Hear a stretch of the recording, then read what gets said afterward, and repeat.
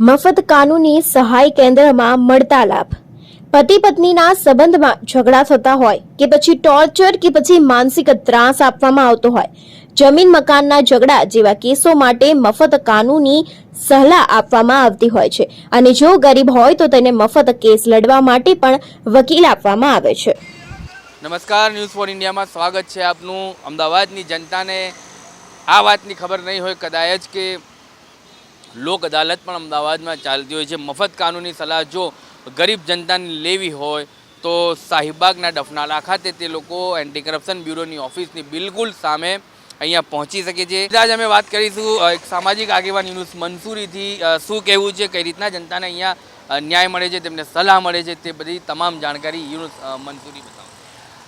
ભાઈ, અત્યારે હાલ જે મફત કાનૂની સેવા સેન્ટર જે છે એની અંદર ઘણી ટાઈપના લોકોના સમાધાનો થતા હોય છે, જેવા કે હસબન્ડ વાઈફના રિલેશનમાં ડિસ્પ્યુટ થતા હોય, જમીન મકાનના ડિસ્પ્યુટ થતા હોય કે એવા કોઈ પણ થતા હોય. તો અત્યારે હાલ ગુજરાત હાઈકોર્ટે છેલ્લા ઘણા ટાઈમથી બેન્કોના સેટલમેન્ટ, બેન્કોના જે કેસોના ભારણ ઓછા કરવા માટે એક નવો અભિપ્રાય છેલ્લા 2-4 વર્ષથી ચાલુ કર્યો છે કે બેન્કોની લોનોના સેટલમેન્ટ અહીંયાથી લોક અદાલત થતા હોય છે.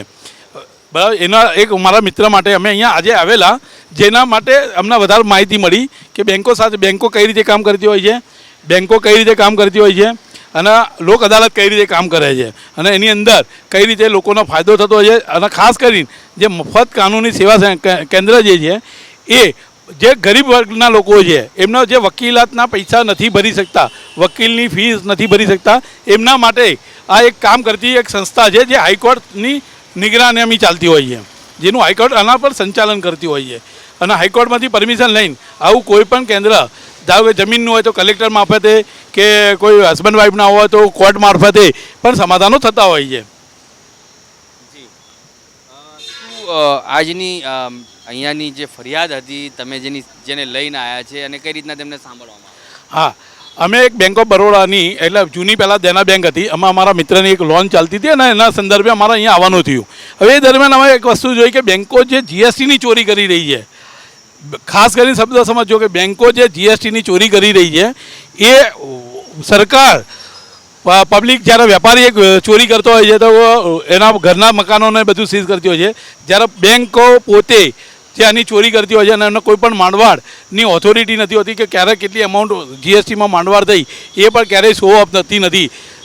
દાખલા તરીકે દર વર્ષે કોઈ માણસ ડિફોલ્ટર થાય છે, એનપીએ થાય છે, તો એનપીએ પર એ લોકો વ્યાજ ચડાવે છે.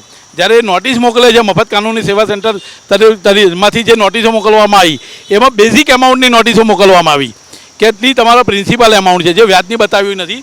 અને જ્યારે સેટલમેન્ટ આવે છે તો એ બંને વચ્ચેનો ડિફરન્સ તમે જોશો તો ઘણા બધા કેસો એવા છે કે નોટિસમાં સપોઝ 10,000 રૂપિયા બતાવ્યા હોય અને સેટલમેન્ટ થયું હોય 12,000 રૂપિયા, તો એ 2,000 રૂપિયા જે છે એ વ્યાજના હોય છે, જે નોટિસમાં નથી હોતા. એટલા માટે કે જ્યારે બેંકોના સોફ્ટવેરની અંદર પણ આ વસ્તુ દેખાતી નથી, માત્ર પ્રિન્ટ આઉટ કરવા માટે પબ્લિકને જ્યારે લોનના સ્ટેટમેન્ટ આપવાના હોય ત્યાં પૂરતી જ એનું સ્ટેટમેન્ટ દેખાતું હોય છે. અને ડાયરેક્ટ જે જીએસટીના નિયમ પ્રમાણે 1 મહિનો થઈ ગયા પછી જે જીએસટી ભરવાનો હોય છે એ ભરતી નથી બેંકો, અને 2-5 વર્ષ 10 વર્ષ સુધીના વ્યાજો જમા કરી એક સાથે ઉડાડતી હોય છે. તો જીએસટીના કયા કાયદા અનુસાર બેંકોને આ રાહત મળેલી છે? કેમ કે બેંકો જો એક નોર્મલ પે ઓર્ડર કે ચેક કે ઇન્ટરેસ્ટ લોન માટે પણ ઇન્ટરેસ્ટમાં વ્યાજ લેતી હોય રેગ્યુલર કસ્ટમર જોડથી અને એમાં પણ જીએસટી કાપતી હોય, તો જે આ વસ્તુ જે બેંકો જે ઇન્ટરેસ્ટ જમા કરે છે એનપીએ અમાઉન્ટની અંદર, એના પર જીએસટી ક્યાં ગયો? એટલે કરોડો રૂપિયાની બેંકો જીએસટીની ચોરી કરે છે, આના પરથી ફલિત થાય છે. તો કઈ રીતના હવે તમે અહીંયા એપ્લિકેશન કરી છે ને અને આ મુદ્દાને સમજવામાં આવશે, જાણવામાં આવશે અને હવે બેંકો ઉપર આવી રીતના જે છે સકંજા કસવામાં આવશે? અત્યારે હાલ મેં મફત કાનૂની સેવા કેન્દ્ર સેન્ટર થકી જે બેંકોના બોલાવવામાં આવી હતી એ બેંકોની અંદર કેટલી બેંકોએ આનો ભાગ લીધો હતો, કેટલી એમની એસેટ હતી, કેટલું ઇન્ટરેસ્ટ હતું, એનું એક મેં આરટીઆઈ કરીને માગી છે.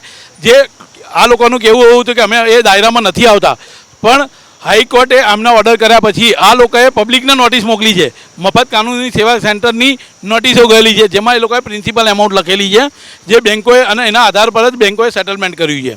અને એ એમાઉન્ટ જ એ લોકોએ બતાવેલી છે અને બાકીની ઇન્ટરેસ્ટની એમાઉન્ટ બતાવેલી નથી. એનાથી સાબિત થાય છે કે બેંકો જીએસટીની કેટલી ચોરી કરી રહી છે, જે હાઈકોર્ટે આના માટે ખરેખર નોંધ લેવાની જરૂર છે. જી ચોક્કસથી આ હતા યુનુસ મંસૂરી, જે સામાજિક આગેવાન છે. આમ તો જીએસટીના અધિકારીઓ વેપારીઓનું ભ્રષ્ટાચાર સામે લાવતા હતા, પરંતુ આજે હવે યુનુસ મંસૂરીના માધ્યમથી એક એવો ખુલાસો સામે પડશે અને એક એવો ખુલાસો ટૂંકા સમયમાં બહાર આવશે કે જીએસટીના અધિકારીઓનો ભ્રષ્ટાચાર બેન્કો સાથે જે થઈ રહ્યો છે તે હવે ખુલ્લો પડશે. અને ક્યાંક ને ક્યાંક જે જીએસટી ભરવાનું હોય છે બેન્કોને, તેના માટે જીએસટીના અધિકારીઓ અને જે બેન્કોના કર્મચારીઓ અધિકારીઓ છે તેમની સાંઠગાંઠ ચાલતી હોય અને તેને લઈને હવે મોટા અધિકારીઓ જે છે આગળના તે આંખ આડા કાન કરતા તેવું સામે આવી રહ્યું છે.